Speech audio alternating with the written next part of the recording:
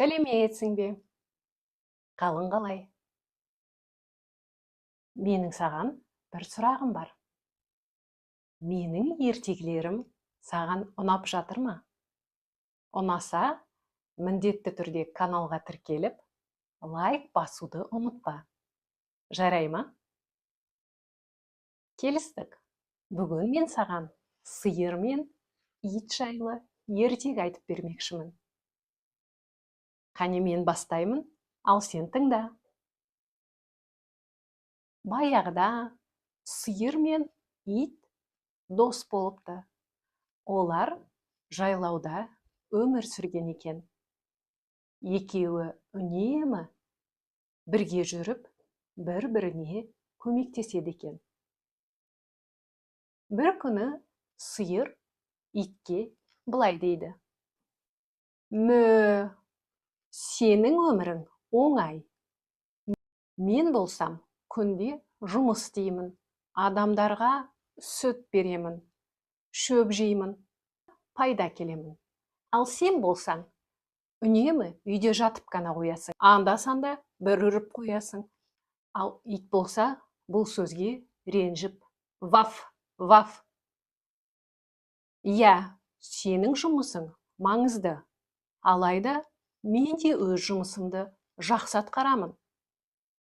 Егер мен болмасам, жайлауды кім күзетер еді? Сендерді қасқыр алып кетер еді», деп ит ренжіп кетіп қалады.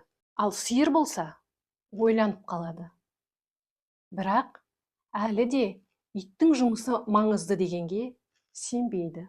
Сол күні түнде жайлауға қасқыр шабады. Ал иттің үрген даусын естімеген сиыр қатты қорқыпты. Ол басқа малдарға: «Итсіз біз қорғансыз екенбіз. Мен итке әділетсіз болыппын», деп өкінеді. Ал таңертең таң атысымен сиыр итті іздеуге шығады. Оны тауып алады да: «Досым, мен қателесіппін. Сенің жұмысың өте маңызды екен. Біз бір-бірімізді толықтырып тұрамыз», деп иттен кешірім сұрайды. Ит болса, қуанып кетіп: «Ваф, ваф, бастысы сенің түсінгенің маңызды.